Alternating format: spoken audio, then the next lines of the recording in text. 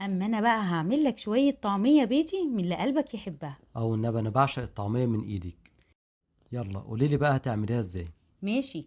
اول حاجه بجيب الفول المدشوش بغسله كويس وبنقعه كده من قبلها بليله.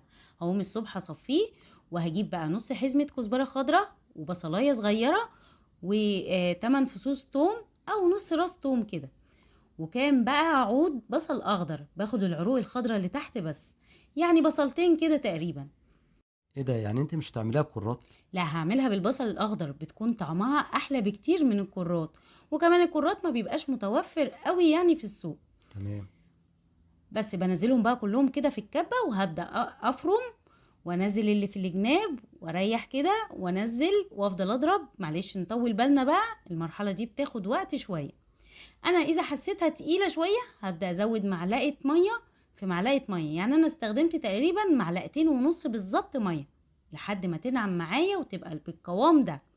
وهنا بقى هشيل السلاح وهستخدم القطعة بتاعة الخفق عشان ادخل الهواء كده في الطعمية. عايزاك تلاحظ بقى شكل العجينة قبل وبعد، والخطوة دي مهمة ما ينفعش نتخطاها. هنزل بقى العجينة بتاعتي في الطبق. الجزء اللي انا هستخدمه بس هو اللي هضيف عليه الملح، وعلى حرف المعلقة كده كربوناته. هقلب كويس، ويلا بقى نروح نقلي. معايا سمسم وكزبرة، وهقلبهم كويس، وشوية مية بس عشان تسهل عليا التشكيل. باخد كده من الطعمية وشوية واحط ايدي في السمسم والكزبرة، وابدأ اشكل وانزل في الزيت السخن. اهم حاجة الزيت يكون معايا سخن. انا عايز اقولك ان الريحه هنا خطيره. تحفة تحفة تحفة، امم خطيرة بجد.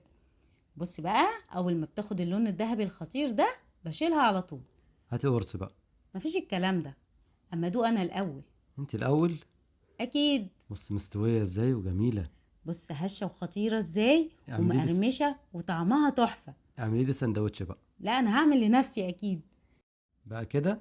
ماشي. عايزة اقول لكم بقى انها دي احلى واطعم وانضف بكتير من اللي بنشتريها من بره. طيب ممكن ادوق بقى؟